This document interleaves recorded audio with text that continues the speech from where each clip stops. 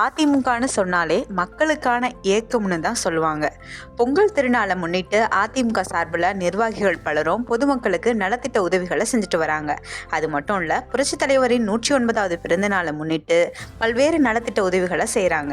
இந்த நிலையில் அதிமுக முன்னாள் அமைச்சர் ஜெயக்குமார் 20க்கும் மேற்பட்ட பூம்பூம் மாடு வளர்ப்பவர்கள் அவர்களது வீட்டுக்கு அழைச்சி வந்து அவர்களுக்கு வேட்டி சேலை, குளிருக்கான சால்வைகள் மற்றும் நிதியுதவிகளை வழங்கி அவங்களோட நேரத்தை செலவிட்டிருக்காரு.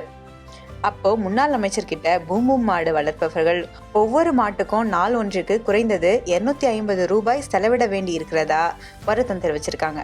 பொதுமக்களும் மாடு வளர்ப்பவர்களுக்கு உதவ வேண்டும்னு ஜெயக்குமார் கோரிக்கை வச்சிருக்காரு.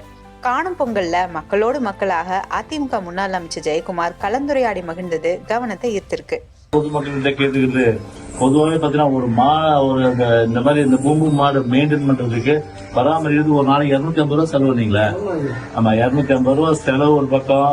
அது மட்டும் இல்லாம உங்களுடைய ஜீவனம் இதெல்லாம் பார்க்கும்போது நம்ம பொதுமக்கள் அவங்களுக்கு தாராளமா அவங்களுக்கு உதவி செய்யணும் தான் நான் இந்த நேரத்தில் கேட்டுக்கிறேன்.